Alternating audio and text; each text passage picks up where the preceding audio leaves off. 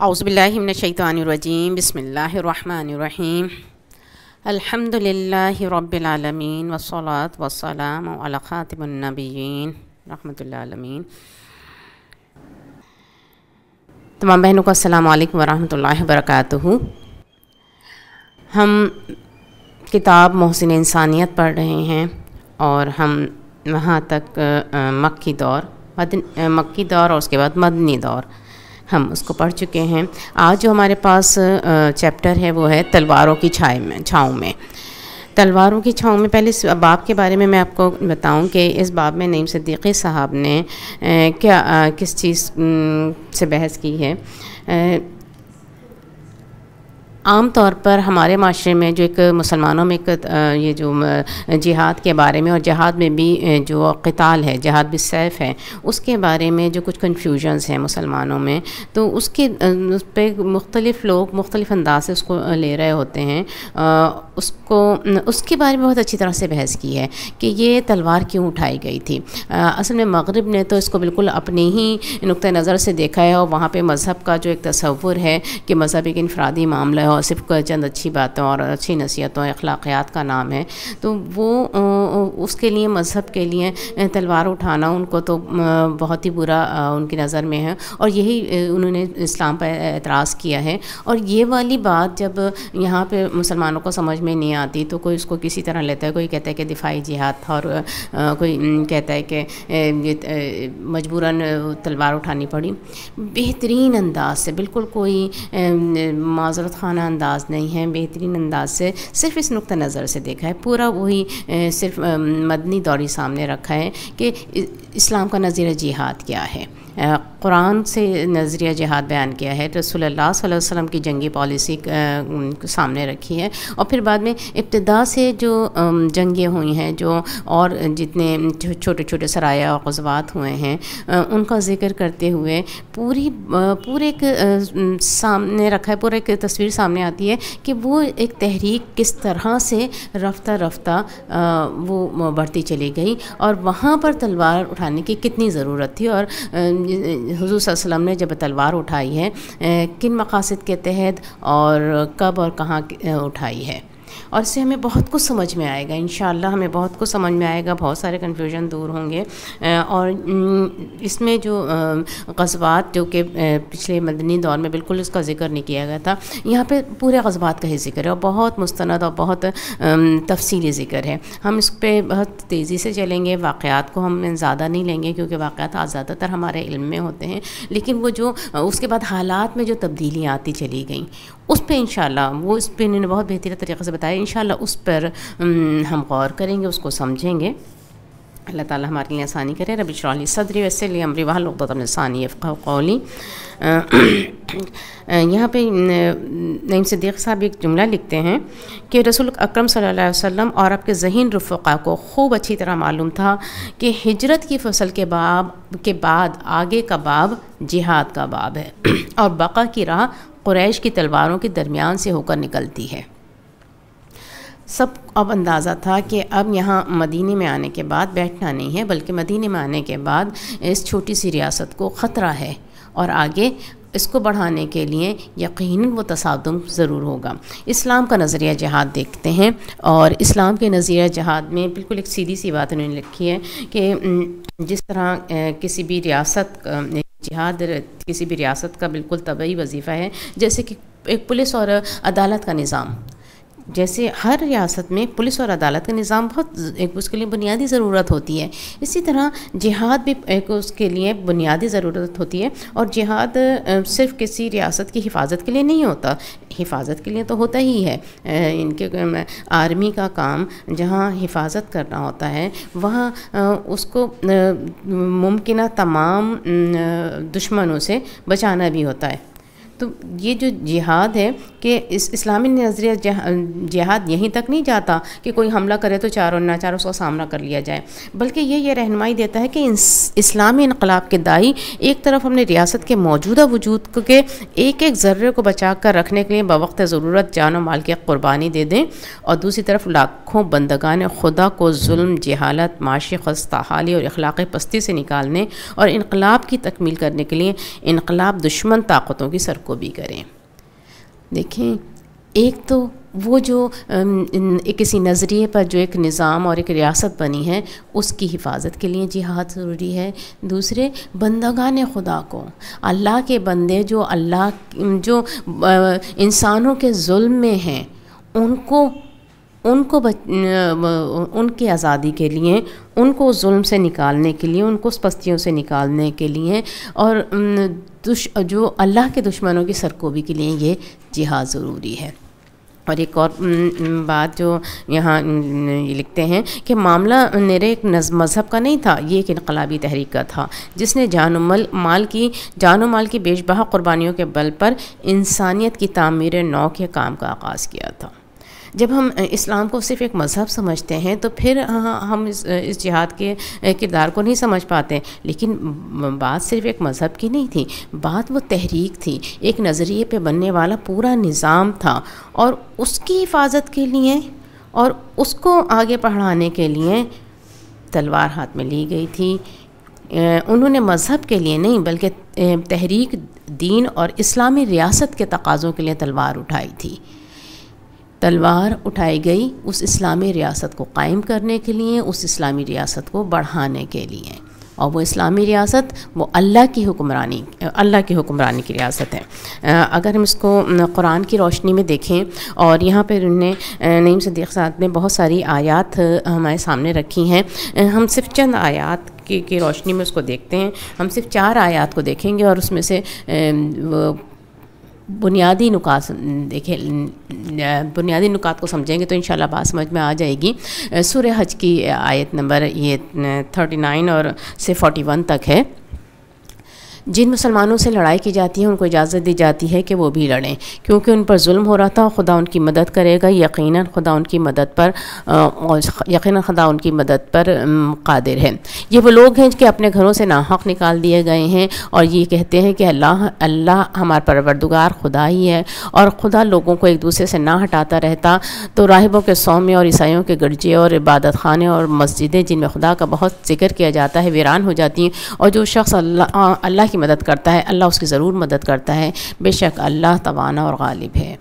یہ سورہ حج کی آیت نمبر 39، 40 اور 41 ہے۔ اب ہم اس میں دیکھیں کہ اللہ تعالیٰ نے ایک تو جن پہ ظلم کیا گیا، جن کو گھر سے نکالا گیا، ان کو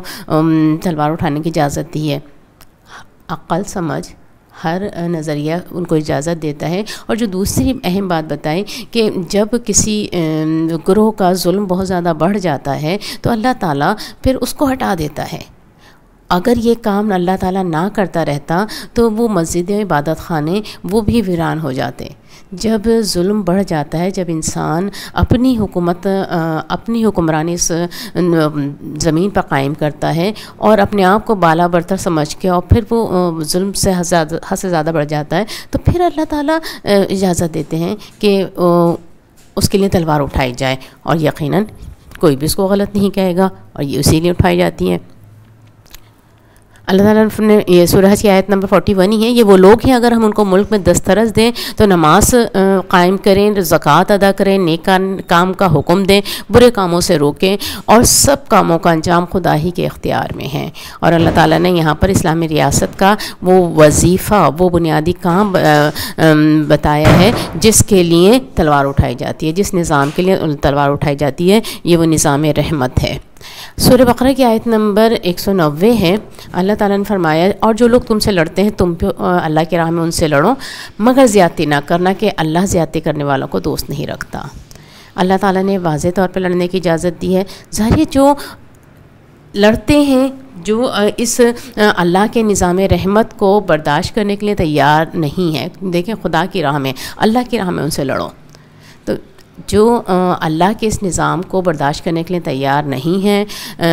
اور اس کے تحت آنے کے لیے تیار نہیں ہیں، تو پھر ان کا علاج تلوار ہے، پھر ان کو حکمرانی سے ہٹانا بہت ضروری ہے۔ یہ آیت نمبر یہ سورہ بقرہ کی آیت نمبر 191 ہے۔ اور ان کو جہاں پاؤ قتل کرو، جہاں سے انہوں نے تم کو نکالا ہے وہاں سے تم ان کو نکال دو۔ فساد قتل و خوریزی سے کہیں بڑھ کر ہے، اور جب وہ تم کو مسجد محترم یعنی خانہ کعبہ کے پاس نہ لڑیں تو تم بھی ان سے نہ لڑنا، ہاں اگر وہ تم سے لڑیں تو تم ان کو قتل کرو، کافروں کی یہی سزا ہے، اور اگر وہ باز آ جائیں تو اللہ بخشنے والا اور رحم کرنے والا ہے۔ اس والی آیت میں دیکھیں اللہ تعالیٰ نے واضح طور پہ بتا دیا کہ فساد یقیناً بری چیز ہے، لیکن یہ جو قتل خوریزی بری چیز ہے، لیکن یہ اس سے کہیں زیادہ بڑا وہ فتنہ ہے، وہ فساد ہے۔ جب زمین پر فساد بہت زیادہ پھیل جائے تو پھر وہ ناگزیر خوریزی ضروری ہو جاتی ہے، ناگزیر کہ جو فساد کو ختم کرنے کے لیے ضروری ہوتی ہے۔ مسلمان جب تلوار اٹھاتا ہے اس فساد کو ختم کرنے کے لیے، وہ فساد جو کچھ افراد کچھ انسان اپنی حکومت قائم کر کے پھیلا دیتے ہیں، تو اس فساد کو ختم کرنے کے لیے وہ والا نظام جو اللہ نے ابھی بتایا کہ جب ان کو حکومت ملے تو وہ کیا کریں، وہ نماز قائم کریں گے، وہ زکوٰۃ کا نظام قائم کریں گے، وہ نیکی کا حکم دیں گے اور برائی سے روکیں گے، وہ نظام قائم کرنے کے لیے پھر تم تلوار اٹھاؤ۔ اور سورہ توبہ کی ایک آیت نمبر 12 ہے کہ اس میں اللہ تعالیٰ فرماتے ہیں اگر عہد کرنے کے بعد وہ اپنے قسموں کو توڑ ڈالیں اور تمہارے دین میں طعنے کرنے لگیں تو ان کفر کے پیشواؤں سے جنگ کرو، اور ان کی قسموں کا کچھ اعتبار نہیں، عجیب نہیں کہ وہ باز آ جائیں۔ بھلا تم ایسے لوگوں سے کیوں نہ لڑو گے جنہوں نے اپنی قسموں کو توڑ ڈالا اور پیغمبر خدا کہ جلاوطن کرنے کا عزم کر لیا، اور انہوں نے تم سے ان کے عہد چکنے کی ابتدا کی۔ کیا تم ایسے لوگوں سے ڈرتے ہو؟ حالانکہ ڈرنے کے لائق تو صرف اللہ ہی ہے، بشرط کہ تم ایمان رکھتے ہو۔ اللہ تعالیٰ نے قسم عہد توڑنے والوں سے لڑنے کا حکم دیا، اور یقیناً عہد توڑنے والوں کو اس کی سزا لڑنا ہی ہے، اور ان کی سزا تلوار ہی ہے۔ اور اللہ تعالیٰ نے واضح طور پہ بتایا کہ کفر کے پیشواؤں سے جنگ کرو، وہ جو اللہ کا انکار کرتے ہیں اور اس کی قیادت بنے ہوئے ہیں، اس قیادت سے جنگ کرو، کیونکہ انہوں نے اللہ کے رسول کو، وہ اللہ کے نظام کو ریجیکٹ کرنے کا ارادہ کر لیا، تو لہٰذا تم ان سے جنگ کرو۔ اور یہ سورہ توبہ کی آیت نمبر 39 ہے کہ اللہ تعالیٰ فرماتے ہیں اگر تم نہ نکلو گے تو اللہ تم کو بڑی تکلیف دے گا، تم بڑی تکلیف دہ عذاب دے گا، اور تمہاری جگہ اور لوگوں کو پیدا کر دے گا، اور وہ تم اس کا کچھ نقصان نہ پہنچا سکو گے۔ ہر چیز پر اللہ قدرت رکھتا ہے۔ اللہ تعالیٰ نے یہاں پر ہمیں واضح طور پہ بتا دیا جب کوئی قوم جہاد کو چھوڑ دیتی ہے، جب وہ فساد کو ختم کرنے کے لیے تلوار نہیں اٹھاتی، تو پھر اللہ تعالیٰ دوسرے لوگوں کو، دوسرے گروہ کو اٹھا دیتا ہے، اور پھر وہ ان کو تکلیف میں مبتلا کرتے ہیں، وہ ان کو نقصان پہنچاتے ہیں۔ ان آیات پر اگر ہم غور کریں تو پورا فلسفہ جنگ ہماری سمجھ میں آ جاتا ہے کہ قرآن جہاں تلوار اٹھانے کا حکم دیتا ہے، وہاں کے ایک فوری طور پہ یہ بھی ہے کہ زیادتی مت کرو، اور تلوار اٹھانے کا حکم ہے صرف فساد کو ختم کرنے کے لیے، اس باطل قیادت کو ختم کرنے کے لیے جو انسانوں نے اپنی حکمرانی کی شکل میں وہاں قائم کر رکھی ہے، اور اس نظام کو لانے کے لیے جس میں نماز کا حکم دیا جاتا ہے، زکوٰۃ کا نظام قائم کیا جاتا ہے، نیکی کا حکم دیا جاتا ہے، برائیوں سے روکا جاتا ہے، وہ والا نظام، اللہ کا نظام قائم کرنے کے لیے وہ تلوار اٹھائی جاتی ہے۔ ظلم کو ختم کرنے کے لیے،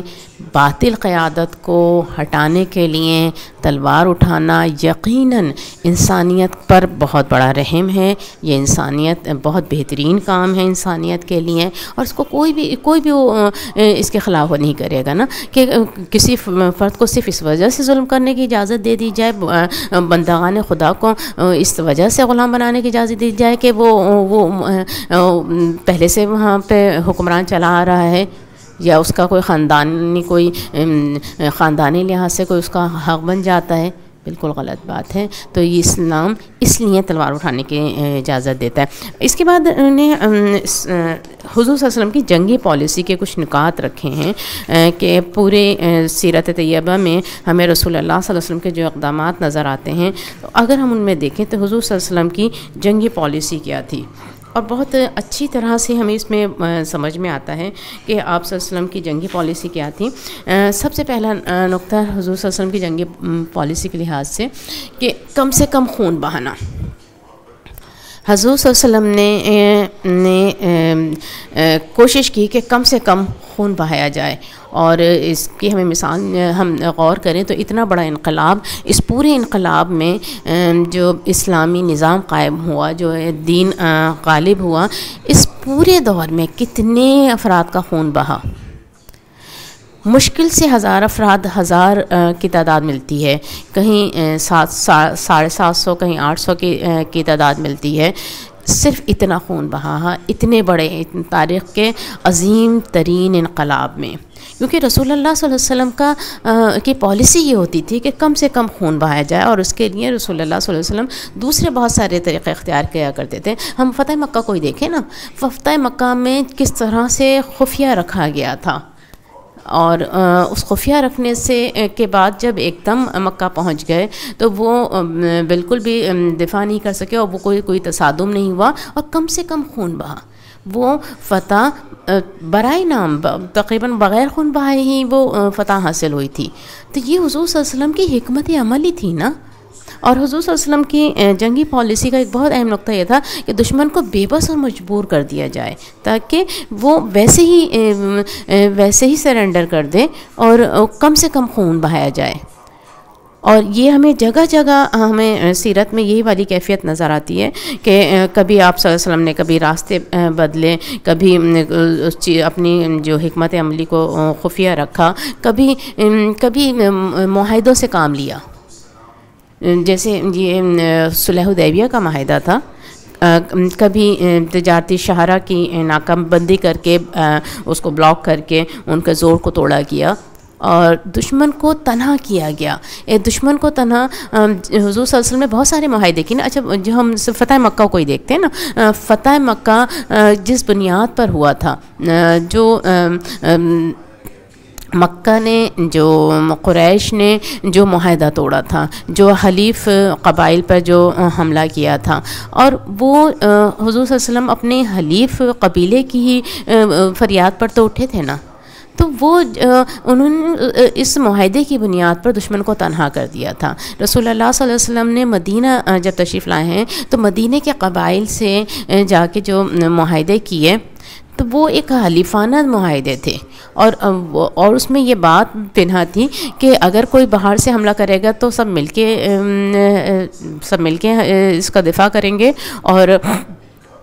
اگر کسی ایک پر حملہ ہوگا پھر دوسری اس کی مدد کرے گا، یعنی کہ وہ دشمن سے وہاں نہ ملیں، ان کو دشمن کو تنہا کر دیا گیا۔ اور ایک بہت اہم بات دشمن کو دوست بنانا، کیونکہ رسول اللہ صلی اللہ علیہ وسلم کی اصل جو جنگ تھی، جو دشمنی تھی، وہ نظام باطل سے تھی، وہ اس نظام کو لے کر اٹھنے والوں سے نہیں تھی، اصل تو اس نظام سے تھی۔ تو آپ نے جو لوگ سامنے کھڑے ہوتے تھے جو کہ دشمن تھے، ان کو بھی دوست بنانے کی کوشش کی۔ تصور کریں کہ دشمن کے بارے میں حضرت عمر اور حضرت عمر رضی اللہ تعالیٰ عنہ کا اس وقت کیا رویہ نظر آ رہا تھا، ابو جہل کا کیا رویہ تھا، اور رسول اللہ صلی اللہ علیہ وسلم ان کے لیے دعا کرتے ہیں اللہ ان میں سے کسی ایک کو اسلام کا مددگار بنا دے۔ جب غزوہ بدر کے بعد قیدی آتے ہیں تو ان قیدیوں کے ساتھ رسول اللہ صلی اللہ علیہ وسلم کا رویہ، وہاں سے جانے کے بعد ان میں سے کتنے تھے جو بعد میں ایمان لائے نا؟ وہ دشمن کو دوست بنانا اصل مقصد تھا۔ دشمن کی جو خیر خواہی بہترین ہمیں مثالیں ملتی ہیں، اور یہ بہت ہی ان کے چونکا دینے والی مثالیں ہیں کہ رسول اللہ صلی اللہ علیہ وسلم کا اصل مقصد تو یہ تھا کہ لوگ اس دین رحمت کو سمجھ جائیں، لوگ اس کے ساتھ آ جائیں۔ تو وہ لڑ بھی رہے ہوتے تھے مگر ان کے لیے دعا کر رہے ہیں۔ غزوہ احد کا موقع ہے، مسلمانوں پر بری طرح یلغار ہو گئی ہے، مسلمان منتشر ہو گئے ہیں، رسول اللہ صلی اللہ علیہ وسلم زخمی ہو گئے ہیں، چہرے مبارک سے خون بہہ رہا ہے، اور ایک صحابی کہتے ہیں کہ ان کافروں کے لیے بد دعا کیجیے۔ تو رسول اللہ صلی اللہ علیہ وسلم کیا فرماتے ہیں؟ اے اللہ ان کو معاف کر دے، اے اللہ یہ لوگ نہیں جانتے، یہ لوگ نہیں جانتے۔ کیونکہ وہ اس میں پوری وہ والی کیفیت نظر آتی ہے نا کہ اصل جو دشمنی ہے وہ تو اس نظام سے ہے، اس باطل نظام سے ہے، اور جو اس باطل نظام کو چلا رہے ہیں، جو اس کی حفاظت کے لیے تلواریں لے کر بھی آگے، ان کے لیے دعا کی جا رہی ہے۔ تو اصل جو جنگ تھی وہ تو اس باطل نظام سے تھی، اور رسول اللہ صلی اللہ علیہ وسلم کی ایک جنگی پالیسی کا ہی ایک نقطہ تھا کہ دشمنوں کو بھی دوست بنانا ہے، اور اسی وجہ سے کم خون بہا، اور وہ افراد جو کہ باطل کی صفوں میں تھے بعد میں ہمیں حق کی صفوں میں نظر آتے ہیں۔ ابو سفیان، غزوہ احد ہوتا ہے، سپہ سالار ابو سفیان ہے، فتح مکہ کے بعد اسلام لاتے ہیں۔ صلح حدیبیہ کے وقت جس فرد نے رسول اللہ کے لفظ پر اعتراض کیا تھا وہ بعد میں اسلام کے دامن میں آ جاتے ہیں۔ جو حبشہ میں نجاشی کے دربار میں مسلمانوں کی شکایت لے کر جو سفیر جاتے ہیں یہاں سے قریش کی طرف سے، عمر بن العاص، بعد میں وہ اسلام کے سپہ سالار بنتے ہیں۔ یہ ہے بہت اہم سی بات، اور یہ ان کے جنگ کی جا رہی ہے، لیکن جنگ کی ذہنیت کیا ہے، اور اسی لحاظ سے پالیسی یہ ہے کہ اس وقت بھی دلوں کو کھولا جائے اور دشمن کو دوست بنایا جائے۔ اگر ہم اس وقت کے حالات کو دیکھتے ہیں نا تو ہم قریش ہیں، جب مسلمان یہاں پر ہجرت کر کے آ گئے ہیں اور مدینہ مسلمانوں کا واضح طور پہ ایک بن گیا ہے اور مکہ اس کے مقابلے میں ہے، اس وقت ہم قریش کی ذہنیت کو دیکھتے ہیں۔ قریش کی ذہنیت کیا تھی؟ قریش کی ہم جتنی بھی چیزوں پہ غور کرتے ہیں تو ان کی ذہنیت اس وقت یہ نظر آتی ہے کہ وہ حضور صلی اللہ علیہ وسلم کے پیغام کو اپنے لیے سیاسی خطرہ سمجھتے تھے، اور وہ مستقل ان کی کوشش یہ ہوتی تھی کہ آپ صلی اللہ علیہ وسلم اور آپ کے ماننے والوں کو پورا مکمل طور پہ مٹا دیں۔ آپ ذرا غور کریں نا کہ جب ہجرت کا حکم ہوا تھا اور مکہ میں مسلمان ایک تو خود کیسی کیفیت میں تھے، کتنی کمزور حیثیت میں تھے، اور جب ہجرت کا حکم ہوتا ہے تو وہ چھپ کے ہجرت کر رہے ہوتے ہیں۔ یہ قریش نے کیوں ان ہجرت کرنے والوں کو پکڑنا اور مارنا شروع کیا تھا؟ چلے جاتے نا، ان کا مسئلہ حل ہو جاتا۔ وہ کم ہی دیکھا جائے تو مٹھی بھر افراد تھے اور وہ چلے جاتے، اور رسول اللہ صلی اللہ علیہ وسلم بھی جب ہجرت کا ارادہ کیا تو کیوں ان لوگوں نے رسول اللہ صلی اللہ علیہ وسلم کے قتل کا منصوبہ بنایا تھا؟ اب ان کو اندازہ تھا کہ یہ لوگ مٹھی بھر لوگ اگر ہمارے معاشرے سے چلے جائیں گے تو ہمارا مسئلہ حل نہیں ہو جائے گا، بلکہ ہمارے لیے مزید خطرہ بنیں گے۔ دیکھیں جو رسول اللہ صلی اللہ علیہ وسلم کی ہجرت کے وقت دارالندوہ میں جو مشاورت ہوتی ہے تو وہاں جو بات ہوتی ہے، وہاں جو ایک شیخ نجدی جو بات کرتا ہے اس کو دیکھیں تو اس میں وہ چیز نظر آتی ہے۔ وہ وہاں پر وہ شخص کہتا کیا ہے، اگر تم اسے قید کر دو گے تو اس کی دعوت آہنی زندان کے بند دروازوں سے بھی نکل کر پھیلے گی، اس کے ساتھیوں تک اس کے اثرات پہنچیں گے، اور بعید نہیں یہ لوگ اسے یہاں سے نکال کر لے جائیں، پھر تمہارے مقابلے پر وہ تعداد میں بڑھ جائیں اور آخرکار اس جدوجہد میں تم کو زک دیں۔ اور پھر نے یہ بھی کہا کہ جب یہ تجویز آئی کہ اگر ان کو یہاں سے نکال دیا جائے تو اس نے کہا کہ وہ جہاں پر بھی جائے گا اپنے کلام و گفتار سے لوگوں پر اپنا اثر بٹھا لے گا، اور اس کے لوگ اس کے پیچھے لگ جائیں گے، اور پھر وہ ہو سکتا ہے ان کو لے کر تم پر چڑھائی کر دے اور تمہاری بستیوں میں آگ گھسے اور تمہارے ہاتھوں سے تمہارے اقتدار چھین کر تمہارے ساتھ وہ جو چاہے سلوک کرے، بس کوئی اور تدبیر نکالو۔ دیکھیں اس میں واضح طور پر نظر آ رہا ہے نا کہ حضور صلی اللہ علیہ وسلم کو اور آپ کے پیغام کو اپنے لیے سیاسی خطرہ سمجھتے تھے اور مٹا دینا چاہتے تھے۔ اب غزوہ بدر ہمارے سامنے ہوتا ہے کہ غزوہ بدر تو یقیناً وہ اس وقت ایک تجارتی قافلہ آ رہا تھا، وہ اس کی وجہ بنا تھا، لیکن اس سے پہلے وہ لوگ تیار تو تھے، وہ جنگ کی تیاری۔ اس وقت مکہ بہت زیادہ اسٹرانگ پوزیشن میں تھا اور مدینہ بہت ہی ایک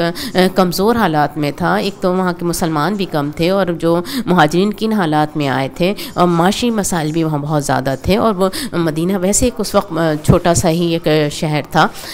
لیکن اس وقت وہ تجارتی قافلہ تو صرف ایک وجہ بنا تھا، لیکن اس سے پہلے وہ جنگ کی تیاریاں کر رہے تھے اور وہ تجارتی قافلہ اسی مقصد کے لیے گیا ہوا تھا. تو وہ کیوں اس چھوٹے سے شہر پر جو لوگ وہاں سے چلے گئے تھے کیوں حملہ کرنا چاہ رہے تھے؟ کیونکہ وہ حضور صلی اللہ علیہ وسلم کو اپنے لیے سیاسی خطرہ سمجھ رہے تھے. جب بالکل ابتدائی دور ہوتا ہے 7 نبوی میں، جب مہاجرین ہجرت کر کے حبشہ جاتے ہیں تو بہت کم افراد تھے، لیکن کیوں یہ لوگ وہاں پہ نجاشی کے دربار میں سفارت بھیج کر ان لوگوں کو واپس منگوانا چاہتے ہیں؟ کیوں چاہتے ہیں؟ ان کو خطرہ ہوتا ہے نا اس سے، ورنہ تو جانے دیتے ان کو. وہ ان کا وہاں کیا بگاڑ رہے تھے؟ اور ان کے لیے تو اور آسانی ہو گئی تھی. کچھ لوگ اور کچھ باغی اور ان کے اس میں سے کم ہو گئے تھے. اصل میں قریش کی جہرانہ ذہنیت سامنے آتی ہے. قریش تمام تشدد تک کے حربے آزما لینے کے باوجود یہ سمجھتے تھے کہ یہ سیاسی خطرہ ہیں، اور وہ ان کے صحیح معنی میں ان کو قوت سے مٹا دینا چاہتے تھے. اور دوسری طرف ہم رسول اللہ صلی اللہ علیہ وسلم کو دیکھیں تو رسول اللہ صلی اللہ علیہ وسلم ان حالات میں جبکہ قریش کی ذہنیت یہ تھی، حضور صلی اللہ علیہ وسلم ساری چیزیں سمجھ رہے تھے، اور جب مدینہ آتے ہیں تو آپ صلی اللہ علیہ وسلم کی دفاعی تدابیر کرتے ہیں. دیکھیں ان حالات میں تو یقیناً مسلمان کو ہتھیار اٹھانے تھے. اور جب مسلمان یہاں پر آئے ہیں اور حضور صلی اللہ علیہ وسلم نے فوری طور پر جو اقدامات کیے ہیں وہ ایک طرح سے دفاعی تدابیر ہی تھیں. جہاں ایک ریاست کی تشکیل تھی وہاں ایک دفاعی تدابیر تھی. حضور صلی اللہ علیہ وسلم کی دفاعی تدابیر کو اگر ہم دیکھتے ہیں تو سب سے پہلے کہ حضور صلی اللہ علیہ وسلم نے ایک نظام ریاست کا قیام کیا. آپ صلی اللہ علیہ وسلم نے کیسے کیا کہ یقیناً آپ صلی اللہ علیہ وسلم نے یہاں پر پیج نمبر 396 ہے، لکھتے ہیں کہ حضور صلی اللہ علیہ وسلم نے ان سب کو منظم طریقے سے بسایا اور انصار کے ساتھ ان کی معاشی اور سماجی اخوت قائم کی. پھر ان کو مسجدوں کے تمدنی مراکز کے ذریعے سے اجتماعی نظم میں پرویا. عبادات، مواعظ، تعلیم قرآن، دوسری تدابیر سے ان کی ذہنی، عملی اور اخلاقی تربیت کا انتظام کیا، اور اس کام کو تیزی سے توسیع دی، اور اس کے ساتھ نظام ریاست کے ذریعے ان کی شیرازہ بندی کی. ان کی رسول اللہ صلی اللہ علیہ وسلم نے فوری طور پر ایک نظام اور ایک ریاست کے نظام میں جن چیزوں کی ضرورت ہوتی ہے، ایک مرکز کی ضرورت ہوتی ہے، ایک تنظیم کی ضرورت ہوتی ہے، وہ ساری چیزیں، سارے اقدامات فوری طور پر کیے. اس سے اندازہ ہوتا ہے کہ حضور صلی اللہ علیہ وسلم فوری طور پر اس ریاست کو مضبوط کرنا چاہتے تھے. اور آپ نے مختلف عناصر کو ایک سیاسی وحدت جو بنایا، جو میثاق مدینہ سامنے آتا ہے، اس میثاق مدینہ کے ذریعے سے جو وہاں پر مدینہ میں مختلف جو عناصر تھے ان سب کو ان کے تمام اختلافات کے باوجود کم سے کم کامن پوائنٹس پر جمع کر کے اور ان کو جو ایک یکجا کیا. اور رسول اللہ صلی اللہ علیہ وسلم کے ہاتھ میں جو آپ صلی اللہ علیہ وسلم کے ہاتھ میں ساری بنیادی اختیارات آ گئے، وہ ایک بہترین ایک دفاعی تدابیر بھی تھی نا. جیسے یہاں پر نعیم صدیقی صاحب لکھتے ہیں کہ حضور صلی اللہ علیہ وسلم کی سیاسی مہارت کا ایک درخشاں ثبوت ہے کہ ایک شخص بالکل اجنبی ماحول میں جاتا ہے اور وہ متضاد عناصر کو چند ہی ماہ میں ایک سیاسی وحدت بنا دیتا ہے. کمال یہ ہے کہ اس سیاسی وحدت کے تحریری دستور میں نہایت واضح طور پر عدالتی، تشریعی، فوجی اور تنقیدی اختیارات حضور صلی اللہ علیہ وسلم کے ہاتھ میں دے دیے جاتے ہیں. اور ایک اور اہم قدم کہ آپ صلی اللہ علیہ وسلم نے مدینہ کو حرم قرار دیا، اور آپ صلی اللہ علیہ وسلم نے واضح طور پر اس کی حدود کا تعین بھی کیا اور منارے اور برجیاں وغیرہ تعمیر کرا کے اور اس کو حرم قرار دے دیا. تو اس سے بھی اندازہ ہوتا ہے کہ مسلمانوں کے لیے اس کی حیثیت کیا بن گئی تھی. اور ایک اور اہم قدم کہ صرف میثاق مدینہ ہی نہیں جو کہ مدینہ کے اندر رہنے والی ساری قوتوں کے درمیان ہوا تھا، اطراف کے وہاں پہ تو قبائلی نظام تھا نا، اطراف کے قبائل سے بھی جو حلیفانہ تعلقات استوار کیے گئے. جو معاہدات ہوئے اور مختلف نکات پر ہوئے، ایک جیسے نکات پر نہیں ہوئے تھے، کسی سے غیر جانبداری تسلیم کرا لی گئی، کسی سے کہ پورے دوستانہ تعلقات تھے، اور کسی کے کچھ اور کامن پوائنٹس پہ. اس سے یہ ہوا کہ وہ سب ایک تو دشمن تنا ہو گیا ان کو، وہ اب قریش کے ساتھ حلیفانہ تعلقات نہیں رکھیں گے، اور ان کی سے کے درمیان ایک رابطہ، ایک تعلق بنا لیا گیا. یہ بھی ایک اہم دفاعی تدبیر تھی. اور ایک اور اہم بہت چیز کہ مسلمانوں کی ذہنی تربیت. یہاں پر جو نعیم صدیقی صاحب رکھتے ہیں کہ مدینہ میں جب دور جہاد نے پکارا تو ایک ثانیے کے لیے بھی کسی نے اپنی سابق پوزیشن سے نئے موقف میں آنے میں کوئی جھجک نہیں دکھائی. ان میں سے کسی بھی نے بھی یہ نہیں سوچا کہ ہم تو داعی اور وائز لوگ ہیں، ہم بھلا یہ جنگ و پیکار کے ہنگاموں سے کیا واسطہ. رسول اللہ صلی اللہ علیہ وسلم نے جو ذہنی تربیت تھی، اسی زمانے میں سورہ حج کی آیات نازل ہوتی ہیں، سورہ بقرہ کے وہ حج اور قتال کی آیات نازل ہوتی ہیں. تو وہ مسلمانوں کی ذہنی تربیت بھی ان کو ایک طرح سے وہ والی اس کے لیے جنگوں کے لیے تیار بھی کیا گیا تھا. اور جب غزوہ بدر کا موقع آتا ہے تو کیا ایک منظر نظر آتا ہے، کس طرح بچے بھی ایڑیوں پہ کھڑے ہو کر اور جہاد میں جانے کی کوشش کرتے ہیں. وہ جو ذہنی تربیت تھی وہ کہ یہاں مدینہ آ کے اطمینان سے بیٹھ نہیں گئے تھے کہ بس اب تو احکامات نازل ہوں گے، اب تو نماز روزہ ہوگا اور وہ ساری وہ والا کام بھی ہو رہا تھا. لیکن یہ والی تربیت کہ ہمیں اب اس نظام کو قائم کرنا ہے اور اس کو توسیع دینے کے لیے اور اس کی حفاظت کے لیے اپنا جان و مال سب کچھ لگا دینا ہے. یہ والی ذہنی تربیت دیکھیں، مجاہد یقیناً ٹریننگ کی ضرورت ہوتی ہے، لیکن اصل وہ جذبہ، وہ یکسوئی حضور صلی اللہ علیہ وسلم نے وہ کیا. ایک اور بہت اہم کام جو حضور صلی اللہ علیہ وسلم نے ابتدا سے ہی کیا تھا اور ہمیں آگے بعد میں بہت نظر آتا ہے، طلایہ گردی. آپ صلی اللہ علیہ وسلم جو چھوٹے چھوٹے گروپس بنایا کرتے تھے، دستے ترتیب دیتے تھے اور ان کو مختلف مشنوں پہ بھیجا کرتے تھے. وہ 10-12 افراد کے بھی ہوتے تھے اور 60-70 افراد تک کے بھی ہوتے تھے، اور ان کو مختلف جگہ بھیجا کرتے تھے.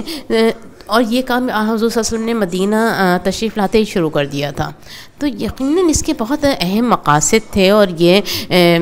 وہ ویسی واضح جنگیں تو نہیں تھیں، لیکن اس کی وجہ سے سرحدوں کی بھی حفاظت ہوئی. وہ چھوٹا سا مدینہ، اس کو بھی حفاظت کیا گیا. دشمن کی نقل و حرکت پر بھی نظر رکھی گئی، اور دشمن کو بھی احساس دلایا گیا کہ ہم غافل نہیں ہیں. اور اس سارے سلسلے سے اس مسلمان جماعت کی بھی بہترین تربیت ہوئی ہے. یہ طلایہ گردی کے یہاں پہ بہت تفصیل سے نعیم صدیقی صاحب نے بہت زیادہ اس کے تفصیلات لکھی ہیں، لیکن یہ اس سے یہ اندازہ ہوتا ہے کہ رسول اللہ صلی اللہ علیہ وسلم کو مدینہ کی پوزیشن کا اچھی طرح اندازہ تھا کہ یہ کتنے خطرے میں ہیں، اور کافر اس نظام کو چلنے نہیں دیں گے، اور کہاں کہاں سے اس کو کس طرح سے ختم کرنے کی کوشش کریں گے. اور اس کی سد باب کے لیے پہلے سے ہی کوششیں کی گئیں. اور اس کے بعد ہم جو غزوات ہوتے ہیں، غزوات کو دیکھتے ہیں. ہم غزوات کے جو واقعات ہیں ان کو تو ہم ذرا زیادہ تفصیلی نہیں دیکھیں گے، لیکن ہم اس کے بعد کے جو ایک اثرات ہیں انشاءاللہ اس کو دیکھیں گے اور اس کو سمجھتے ہیں. جو سب سے پہلا غزوہ ہوتا ہے وہ غزوہ بدر ہے. اور غزوہ بدر سے بھی پہلے کے حالات دیکھیں کہ اس وقت قریش جنگ کی تیاریاں ہی کر رہے تھے. اس مقصد کے لیے انہوں نے بہت سارے قبائل سے دوستانہ معاہدے بھی کیے ہوئے تھے. اور یہ جو قافلہ گیا ہوا تھا ابو سفیان جس کو لے کر آ رہا تھا، وہ اصل میں اس کا بنیادی مقصد وہ جنگی سارے مصارف کو پورا کرنا ہی تھا. اور جب یہ ہوتا ہے کہ وہ وہاں سے گزرتا ہے وہ قافلہ، اور حضور صلی اللہ علیہ وسلم کو بہرحال علم ہے اس زمانے میں آپ صلی اللہ علیہ وسلم کی انٹیلیجنس کتنی زیادہ ایکٹیو ہے، اور وہ آپ کو وہاں سے قافلے کے گزرنے کا علم ہوتا ہے. اور ابو سفیان کو بھی خطرہ ہوتا ہے. ہم سورہ انفال میں پڑھتے ہیں نا کہ اللہ تعالیٰ فرماتا ہے کہ آپ چاہتے تھے کہ آپ کو وہ کمزور گروہ ملے مگر اللہ کو کچھ اور ہی منظور تھا. ان کے حضور صلی اللہ علیہ وسلم اس وقت اس قافلے کو ہی ٹارگٹ کرنا چاہتے تھے. لیکن اللہ کو کچھ اور منظور تھا، یعنی کہ وہ جو قافلہ تھا وہ ایک ظاہری تجارتی شاہراہ مسلمانوں کے علاقے سے جا رہی تھی، اور اس وقت اس کو بلاک کرنا بہت زیادہ ضروری تھا ان پر دباؤ ڈالنے کے لیے۔ لیکن جب حالات یہ ہوتے ہیں کہ وہ ابو سفیان کو جب خوف ہوتا ہے اور وہ مکے میں پیغام بھیجتا ہے، اور پھر وہاں سے لشکر آتا ہے، اور پھر اس کے بعد یہاں پر رسول اللہ صلی اللہ علیہ وسلم کو علم ہوتا ہے، حضور آپ مسلمانوں سے مشاورت کرتے ہیں، فوری طور پر سارے ایک لشکر کو تشکیل دیا جاتا ہے، اور جو صرف 313 کا جو لشکر ترتیب آتا ہے اور اس کی بھی ساز و سامان کے لحاظ سے کیا کیفیت ہوتی ہے، پھر وہ بہت اہم مارکہ برپا ہوتا ہے۔ اور اس میں ایک بہت اہم بات یہ ہے کہ جب وہ قافلہ نکل کے جانے لگتا ہے، اور تو ابو سفیان لشکر کو، ابو جہل جو کہ اس کو لشکر کو لیڈ کر رہا ہے، اس کو یہ پیغام پہنچاتے ہیں کہ ہم بخیریت نکل گئے ہیں، آپ لوگ واپس چلے جائیں۔ اور کچھ سردار کہتے بھی ہیں کہ اب ہمیں ضرورت نہیں ہے، واپس چلے جائیں، لیکن ابو جہل کا اصرار ہوتا ہے کہ نہیں، ہم یہاں تک آ گئے ہیں، اب تو ہم ان سے ٹکرا کے ہی رہیں گے۔ اور اس کو ایک بہت آسان شکار نظر آ رہا ہوتا ہے اس وقت مسلمان۔ تو دیکھیں، وہ معاملہ صرف اپنے لشکر کو بچانے کا نہیں تھا، اصل میں ان کی تیاری تو پہلے سے ہی مدینہ کو ٹارگٹ کرنے کی تھی، اور جب ان کو یہ موقع مل گیا تھا، ان کو لگ رہا تھا کہ ان کے پاس اتنی ساری تیاری ہے اور مدینہ بہت چھوٹا سا ہے، ان کو ایک آسان شکار لگ رہا تھا، تو انہوں نے کہا کہ نہیں، ہم تو آ گئے ہیں تو ہم واپس نہیں جائیں گے۔ اور پھر وہ ایک عظیم مارکہ ہوتا ہے، اس کے سارے حالات واقعات کا ہمیں علم ہے، اور اللہ تعالیٰ کس طرح سے ایک بہترین فتح عطا فرماتے ہیں۔ اور اس کے بعد سورہ انفال نازل ہوتی ہے، اس پہ سارا اللہ کی طرف سے تجزیہ و تبصرہ آتا ہے، اور اس کو یوم الفرقان اللہ تعالیٰ قرار دیتے ہیں، وہ فرق کر دینے والا وہ دن تھا، جب واضح ہو گیا کہ کون کس کے لیے ایک لڑ رہا ہے، کس نے تلوار کس مقصد کے لیے اٹھائی ہے۔ اور اس کے سارے واقعات بہترین اور بہت سارے ہیں، لیکن ہم وقت کی کمی کی وجہ سے اس میں نہیں جائیں گے۔ ہم اس کے بعد کا دیکھتے ہیں، جب مارکہ بدر ہو گیا تو مارکہ بدر کے بعد وہ حالات میں کیا تبدیلی آئی۔ مارکہ بدر میں جب مسلمانوں کو غیر متوقع، ظاہری وہاں اس علاقے کے لحاظ سے تو ان لوگوں کو غیر متوقع تھی، ایک اتنی بڑی عظیم کامیابی ملتی ہے، تو اس وقت ایک بہت بڑا کام یہ ہوا تھا کہ قریشی قیادت خالی ہو گئی تھی، بڑے بڑے سردار سارے اس میں واصل جہنم ہو گئے تھے، اور وہ قیادت جو تھی، جو اسلام کی مخالفت میں سب سے آگے تھی، وہ قیادت ختم ہو گئی تھی، اور اہل مکہ کی ایک ہوا اکھڑ گئی تھی۔ بہت بڑی خبر تھی یہ کہ مکہ ہار گیا۔ اس وقت پورے عرب میں مکہ کی جو حیثیت اور مقام تھا، اور ان کی شکست ہو جانا بہت بڑی خبر تھی، اور مدینہ ایک ابھرتی ہوئی طاقت کے طور پہ سامنے آیا، اور عرب نے اس کو سیریسلی لیا اور یہ سمجھا کہ واقعی یہ بھی کوئی طاقت ہے۔ اور اس کے بعد مکے کا مستقبل خطرے میں پڑ گیا، اس لحاظ سے نہیں کہ ان کو مدینہ کی طرف سے کوئی حملے کا خطرہ تھا، نہیں، اس لحاظ سے کہ ان کا تو ساری دھاک، ان کی تو سارے معیشت، ساری معاشرت، جو ان کا ایک اسٹیٹس بنا ہوا تھا، وہ خطرے میں پڑ گیا تھا، ان کی تو ناک کٹ گئی تھی۔ ان کو تو یہ لگ رہا تھا کہ جب ہماری دھاک ختم ہو جائے گی اور ہمارے شاید معیشت پہ بھی اثر پڑے، اور شاید ہماری جو ایک مذہبی لحاظ سے ایک حیثیت بنی ہوئی ہے اس پر بھی اثر پڑے۔ تو ان کے لیے تو یہ صرف چند مقتولوں اور چند سرداروں کا اور یا کچھ مال کے اس کا معاملہ نہیں تھا، ان کے لیے تو عزت ان کے خطرے میں پڑ گئی تھی، ان کے لیے تو بہت بڑا خطرہ تھا یہ۔ اور پھر دوسری طرف مدینے کی دفاعی ذمہ داریاں بڑھ گئی تھیں۔ مدینے کو بھی یہ اندازہ تھا، رسول اللہ صلی اللہ علیہ وسلم کو اور مسلمانوں کو یہ اندازہ تھا کہ یہ فتح کوئی حتمی فتح نہیں ہے، یہ ابتدائی فتح ہے، اور اس کے بعد ان کی مکے کی طرف سے ریشہ دوانیاں مزید بڑھیں گی۔ وہ کتنے غصے میں ہیں اور کس کیفیت میں ہیں، اور اب ہماری ذمہ داریاں بڑھ گئی ہیں۔ اور یقیناً اس کے بعد مدینہ جس پوزیشن میں آ گیا تھا عرب میں، اس کے بعد اس پہ نظریں بھی لگی ہوئی تھیں، اور پھر اس حوالے سے ذمہ داریاں بھی بڑھ گئی تھیں. اور پھر وہی ہوتا ہے اس آئندہ سال ابو سفیان کی سرکردگی میں ایک لشکر آتا ہے، ایک شاندار لشکر آتا ہے اور دوبارہ مدینے پہ حملہ کیا جاتا ہے. اور اس ایک سال کے دوران بہت ساری چھوٹی چھوٹی سورشیں ہوتی ہیں جن کا بہت تفصیل سے یہاں پہ انہوں نے ذکر کیا ہے. اور واقعی یہ بہت پڑھنے والی چیز ہے جب ہم اس کو پوری پکچر ہمارے سامنے آتی ہے کہ وہاں کیفیت کیا تھی. اور پھر معرکہ احد ہوتا ہے. معرکہ احد کے واقعات کہ کس طرح ابتدا میں کس طرح، بلکہ اس سے پہلے جو ایک بہت بڑی بات کہ حضور صلی اللہ علیہ وسلم مشاورت کرتے ہیں، اور مشاورت کے بعد جب یہ عبداللہ بن ابی اپنے 300 ساتھیوں کو لے کر علیحدہ ہوتا ہے، ایک بہت بڑا واقعہ، بہت اس سے فرق پڑتا ہے. اور اس کے بعد جب یہ معرکہ ہوتا ہے اور معرکہ میں ابتدا میں مسلمانوں کا پلڑا بھاری رہنا، اور پھر اس کے بعد تیزی سے وہ پیچھے سے درے سے لوگوں کا ہٹ جانا، اور درے کے سے ہٹنے کے بعد مسلمانوں پر دونوں طرف سے جب حملہ آور ہونا اور ایک دم ان میں بھگدڑ بننا، مسلمانوں کا شہید ہونا اور رسول اللہ صلی اللہ علیہ وسلم کا زخمی ہونا. اور اس کے بعد ایک بہت اہم بات کہ وہ کس طرح سے کفار اپنی فتح کو ادھورا چھوڑ کے کس طرح سے پلٹ جاتے ہیں. یہ سارے واقعات ہمارے علم میں ہیں. اور جو ہم ویسے واضح طور پہ دیکھنے والی بات یہ ہے کہ یہ ہے نا واضح شکست نہیں تھی، واضح شکست نہیں تھی. یقیناً مسلمانوں کو نقصان تو اس سے بہت پہنچا تھا اور بہت اس سے حالات تبدیل ہوئے تھے. احد کے بعد کے ہم حالات میں اور بہت سارے اس میں اگر ہم احد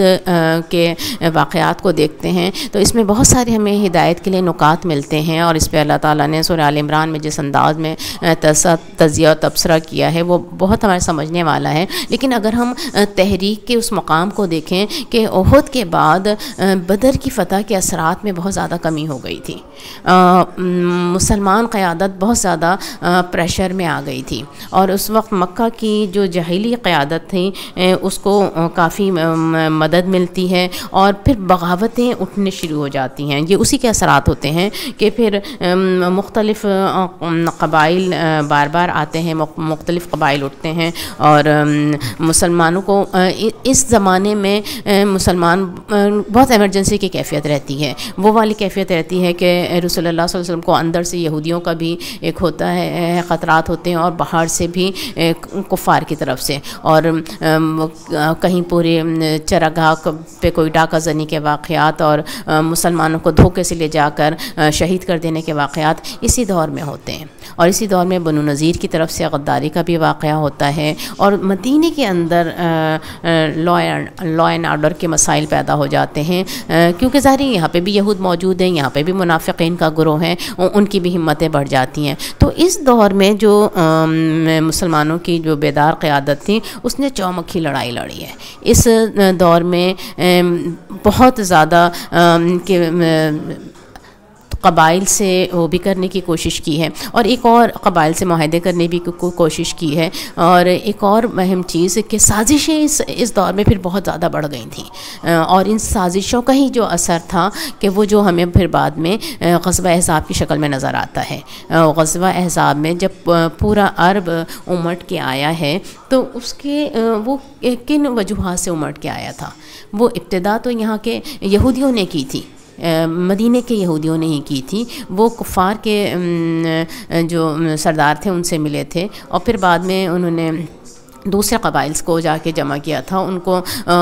آمادہ کیا تھا کہ اس بڑھتے ہوئے خطرے کو ختم کیا جائے. تو یہ والی حالات بہت سخت، اس کے دوران کے حالات بہت سخت ہوئے. اور اس کے بعد تیسرا بڑا مارکہ ہوتا ہے مارکہ خندق. اور اس میں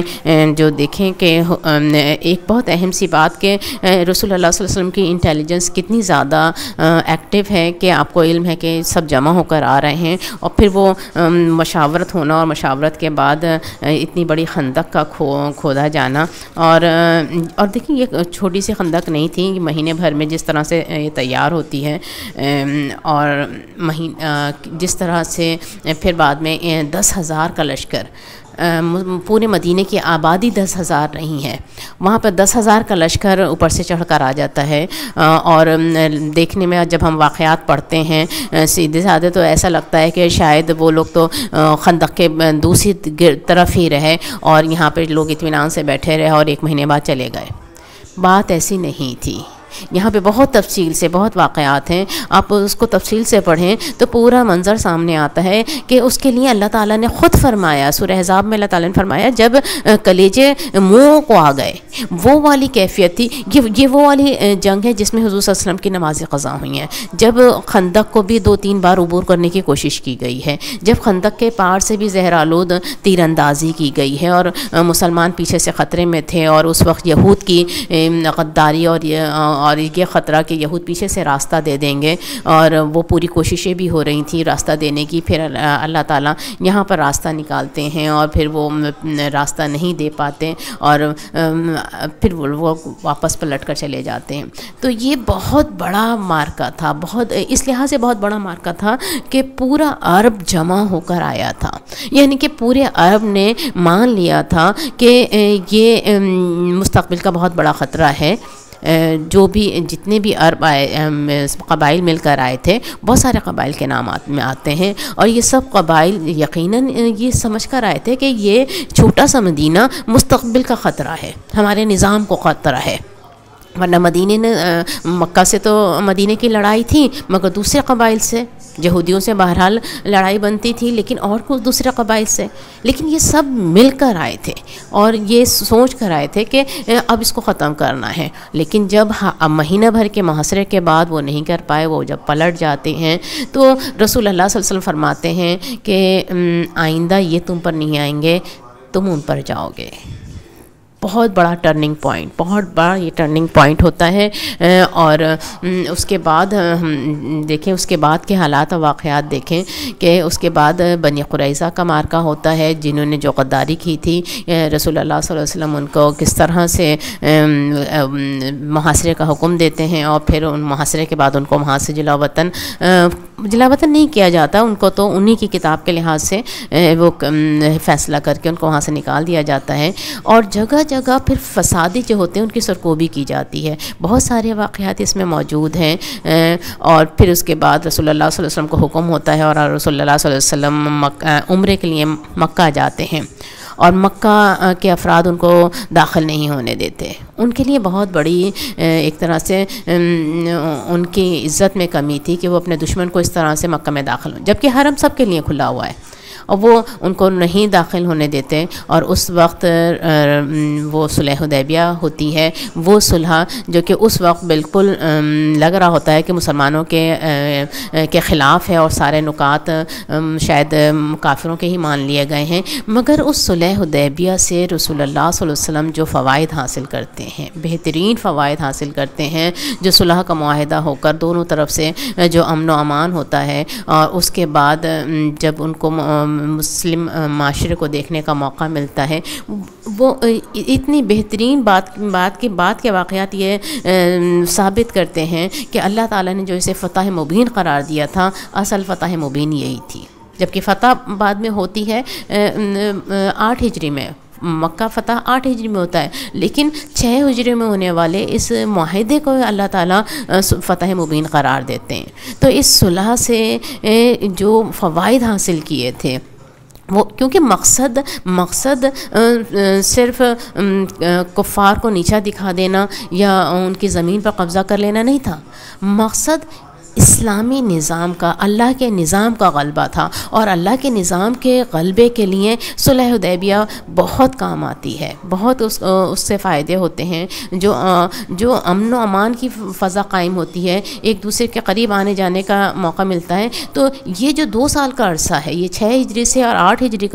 کے درمیان کا، بہت بڑے بڑے اکابر صحابہ اسی درمیان میں، اسی وقت میں ایمان لائے۔ حضرت خالد بن ولید کا نام اس میں آتا ہے، عمر بن العاص کا نام اس میں آتا ہے، کہ وہ لوگ اس دوران میں ہی ایمان لائے ہیں، اور اس دور میں ہی وہ حضور صلی اللہ علیہ وسلم نے تمام بین الاقوامی سطح پر اسلام کی دعوت پھیلانے کے لیے خطوط لکھے ہیں، تمام بادشاہوں کو بھی، تمام قبائل کو بھی، اور اس میں بہت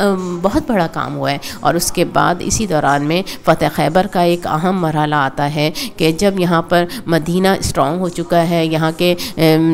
یہودیوں کا سر کچلا جا چکا ہے، ان کا یہاں پہ ریشہ دبانے کا موقع کم ہو چکے ہیں، تو پھر حضور صلی اللہ علیہ وسلم خیبر کی طرف جو یہودیوں کا اس وقت گڑھ تھا وہاں پر پیش قدمی کرتے ہیں، وہاں پہ لشکر کشی ہوتی ہے، اور محاصرے کے بعد پھر اس کو ان کے اس مرکز کو ایک فتح کر لیا جاتا ہے۔ فتح خیبر ایک طرح سے یہودیوں کے اس مرکز کی ایک جو فتح ہے وہ یہودیوں کا زور اس سے ٹوٹ جاتا ہے۔ اور چوتھا بڑا مارکہ جو کہ فیصلہ کن مارکہ ہے وہ ہے فتح مکہ۔ فتح مکہ معاہدہ جو صلح حدیبیہ میں معاہدہ ہوا تھا وہی اس کی وجہ بنتا ہے، اور جب قریش اپنے خلیف پر اس طرح سے حملہ کر دیتے ہیں اور خونریزی کرتے ہیں، اور وہ جب یہاں فریاد لے کر آتے ہیں اور وہ اعلان کر دیا جاتا ہے کہ اس صلح کو توڑنے کا، تو رسول اللہ صلی اللہ علیہ وسلم کس طرح سے اس جنگ کی تیاری کرتے ہیں، لوگوں کو جمع کرتے ہیں اور خفیہ رکھا جاتا ہے اس کو۔ اور ان حالات میں وہ جب مکہ کی طرف پیش قدمی کی جاتی ہے، مکہ کے لوگ الا علم ہوتے ہیں، اور اس وقت تک مکہ بہت کمزور پوزیشن میں آ چکا ہے، اور اب اس کو باہر سے بھی کہیں سے مدد نہیں مل رہی ہوتی۔ اور جب رسول اللہ صلی اللہ علیہ وسلم لشکر کے ساتھ وہاں جاتے ہیں تو وہ کیفیت کے بغیر کسی خون ریزی کے وہ لوگ بکھر جاتے ہیں، وہ سامنے آنے کی ہمت نہیں کرتے، اور بغیر خون ریزی کے وہ مکہ فتح ہو جاتا ہے۔ 8 سال پہلے کس حالت میں نکلے تھے اور یہاں پر اب کس طرح فتح ہوتا ہے۔ اگر ہم اس درمیان کے ساری ان مارکوں کو دیکھیں اور رفتہ رفتہ کس طرح اسلامی تحریک مضبوط ہوتی چلی گئی، اور حضور صلی اللہ علیہ وسلم نے کس طرح بہترین فیصلوں سے سارے واقعات حالات کو اپنے حق میں کرتے چلے گئے، اور اب یہ والی کیفیت ہو گئی جو کہ 8 سال پہلے کوئی سوچ بھی نہیں سکتا تھا کہ وہ لوگ جو تقریباً صرف جانے ہی بچا کے یہاں سے نکلے ہیں، آج فاتح کی حیثیت سے یہاں داخل ہو رہے تھے۔ تو اب ان ساری چیزوں کو دیکھیں تو ہمیں سمجھ میں آتا ہے نا، واضح طور پہ ہمیں سمجھ میں آتا ہے نا کہ یہ تلوار اٹھانا کیوں ضروری تھی، اور یہ مکہ جو فتح ہوتا ہے وہ تقریباً بغیر خون ریزی کے، اور اس کے درمیان بھی جو خون ریزی ہوئی ہے وہ کم سے کم خون ریزی ہے، لیکن کتنا بڑا انقلاب آتا ہے۔ اگر اس تلوار کو نہ اٹھایا جاتا تو کیا یہ والے واقعات اس طرح سے ہوتے؟ اور فتح مکہ کے بعد دیکھیں کہ فتح مکہ کے بعد بھی رسول اللہ صلی اللہ علیہ وسلم فوری طور پر غزوہ حنین ہوتا ہے، طائف کی طرف توجہ کرتے ہیں، کیونکہ اس وقت طائف ایک ذرا خوشحال اور مضبوط پوزیشن میں ہوتا ہے، اور آپ کو علم ہوتا ہے کہ وہ وہاں پر فوجیں جمع ہو رہی ہیں اور وہاں سے خطرہ ہوتا ہے، اور وہاں پہ طائف سے اہل طائف سے جو غزوہ حنین ہوتا ہے، اور غزوہ حنین کے بعد ایک طرح سے فتح مکہ کی تکمیل ہو جاتی ہے۔ باقی قبائل پھر ہمت نہیں کرتے ہیں، اور یہاں پر کم سے کم عرب میں مسلمانوں کی دھاک بیٹھ جاتی ہے، اور اس کے بعد کچھ چھوٹے چھوٹے بھی مارکے ہوتے ہیں، کہیں حضرت علی کو بھیجتے ہیں، کہیں حضرت خالد بن ولید کو بھیجتے ہیں، حضور صلی اللہ علیہ وسلم بہت سارے ایسے سرایا ہوتے ہیں اور بھیجتے ہیں، اور پھر وہ چھوٹے چھوٹے جو گروہ اٹھ رہے ہوتے ہیں ان کی سرکوبی ہو جاتی ہے، اور پھر وہ نظام عدل قائم ہوتا ہے۔ اور اس کے بعد 2 اہم غیر ملکی لڑائیاں ہمیں نظر آتی ہیں۔ ایک تو غیر ملکی لڑائی جس کو تھی تو وہ ویسی ملکی نہیں، لیکن وہ غیر ملکی لڑائی بن گئی کہ جب حضور صلی اللہ علیہ وسلم نے 6 ہجری میں سفارت بھیجی تھی حضرت زید بن حارثہ کے اس میں، تو وہاں پر جو ایک لڑائی ہو جاتی ہے رومیوں سے، وہ 3000 اور 1 لاکھ کے لشکر کا جو مقابلہ ہوتا ہے جنگ موتا، اس کی بدلے کے لیے حضور صلی اللہ علیہ وسلم ایک لشکر کو روانہ کرتے ہیں اسامہ بن زید کی سرکردگی میں۔ تو یہ ایک طرح سے اب بین الاقوامی دور کی ابتدا ہو گئی ہے۔ اور دوسری چیز وہ غزوہ تبوک ہے کہ حضور صلی اللہ علیہ وسلم اس زمانے کو آپ ذہن میں رکھیں، اور حضور صلی اللہ علیہ وسلم کو یہ علم ہے کہ رومی جو عرب میں اتنی بڑی تبدیلی ہوئی ہے، اس وقت کی جو سپر پاور ہے روم، وہ اس کی نظر اس پر ہے، اور وہ رومی وہاں پر اپنی فوجیں جمع کر رہے ہیں، اور حضور صلی اللہ علیہ وسلم اس چیز کو فوری طور پر لیتے ہیں اور فوری طور پر اعلان کرتے ہیں. پہلی دفعہ ہوتا ہے کہ نفیر عام ہوتی ہے اور وہاں پر لشکر لے کے جاتے ہیں، اور کیا حالات ہیں سارا یہ واقعات کا ہمیں علم ہے، اور ان حالات میں کہ وہ اس سے پہلے کہ وہ تیاری کر چکے ہیں، وہ اس وقت سپر پاور ہیں. مسلمانوں نے مکہ یقیناً فتح کر لیا ہے، عرب میں یقیناً ایک دھاک بیٹھ چکی ہے، لیکن بین الاقوامی سطح پہ تو ابھی نہیں ہے نا. اور بین الاقوامی سطح پر روم میں جب تیاری ہو رہی ہے تو رسول اللہ صلی اللہ علیہ وسلم فوری فیصلہ کر کے کس طرح سے لشکر لے کر جاتے ہیں. اور جب وہاں تبوک مہینے بھر کی مسافت کے بعد تبوک پہنچتے ہیں تو وہ لوگ مقابلے پر ہی نہیں آتے، ان کی تیاری نہیں ہوتی، وہ مقابلے پر ہی نہیں آتے. لیکن وہاں پر کا قیام اور وہاں پہ راستے کے تمام قبائل سے جو حلیفانہ معاہدے، ان کے ذریعے یقیناً بہت فائدے ہوتے ہیں، اور اس کو غزوہ ہی مانا جاتا ہے. یہ غزوہ تبوک ہی ہوتا ہے، اور ایک طرح سے بین الاقوامی دور کا آغاز ہو جاتا ہے کہ یہ کوئی ایک صرف علاقائی ریاست نہیں ہے. اسلام ایک نظام ہے، ایک نظام ہے جسے پوری دنیا میں پھیلنا ہے، پوری زمین. اور یہی والا جو بات تھی، نقطہ نظر تھا، اس کو صحابہ کرام نے بہت بہترین طریقے سے سمجھا ہوا تھا. جب انہوں نے سمجھا ہوا تھا، اسی لیے اس کے بعد وہ لشکر لے کر نکلے تھے، اور کتنی تیزی سے اتنی بڑی علاقے کو اسلامی سلطنت میں اتنی اسلامی سلطنت میں شامل کیا تھا. اگر ہم حضور صلی اللہ علیہ وسلم کے جو ساری مکی دور میں جو جتنے یہ مارکے ہوئے اور جس طرح سے آہستہ آہستہ اسلام کو طاقت ملتی چلی گئی، اور اگر ہم سب پہ نظر ڈالیں تو بہت اہم بات نظر آتی ہے، ہمیں سمجھ میں آتا ہے کہ اگر اس طرح تلوار نہ اٹھائی جاتی تو کیا ہوتا. یہ رسول اللہ صلی اللہ علیہ وسلم اور آپ صلی اللہ علیہ وسلم کے ساتھیوں کی ہی اتنی محنتیں تھیں کہ وہ نظام عدل قائم ہوا. نعیم صدیقی صاحب اس کے بالکل آخری میں لکھتے ہیں، اس باب کے پیج نمبر 484 ہے کہ لکھتے ہیں، حق یہ ہے کہ آج ہم میں سے ہر انسان، خواہ وہ اس حقیقت کو جانے یا نہ جانے، حضور پاک صلی اللہ علیہ وسلم کا شرمندہ احسان ہے. ہمیں زندگی کی فلاح کے جو اصول، جو تہذیبی اقدار، جو اخلاقی روایات اس بارگاہ سے ملی ہیں، نیز انسانیت کا جو نمونہ آپ صلی اللہ علیہ وسلم کے ذریعے ہمارے سامنے آیا ہے، اور پھر تمدن کا جو بہترین متوازن نظام آپ صلی اللہ علیہ وسلم نے تعمیر کر کے دکھایا ہے، ان ساری نعمتوں سے ہم کبھی بہرہ مند نہ ہو سکتے اگر حضور صلی اللہ علیہ وسلم ظلم کی تلواروں کے سامنے مٹھی بھر جماعت کو لے کر سینہ سپر نہ ہو جاتے. حضور صلی اللہ علیہ وسلم نے اپنے بہترین محبوب ساتھیوں کو مقدس نصب العین کی خاطر قربان کیا، اور ان ستاروں کے خون سے صبح نو کا نقش تیار ہوا. آپ اس پیراگراف پر غور کریں، بار بار پڑھیں اور سمجھیں کہ اگر وہ تلوار نہ اٹھائی جاتی، اگر وہ کفار کی تلواروں کے سامنے نہ ڈٹ جایا جاتا، تو کیا وہ نظام عدل قائم ہوتا؟ کیا وہ پورا مکمل نظام ہمیں ملتا؟ ہمیں شاید حضرت عیسیٰ کی طرح کی چند نصیحتیں، چند اخلاقی اقدار، وہ تو جزوی کچھ چیزیں تو مل جاتی، لیکن وہ اسلام کا مکمل نظام رحمت جو ہم تک پہنچا ہے، جو اس کے بعد اسلام کو ایک عروج ملا ہے، وہ سب اسی وجہ سے ممکن ہوا، جس کو ہم غلبہ دین کہتے ہیں، بہت آسان الفاظ میں غلبہ دین کہتے ہیں. جو غلبہ دین ہوا، وہ دین کے مکمل طور پر ہمیں زمین پر نظر آیا، وہ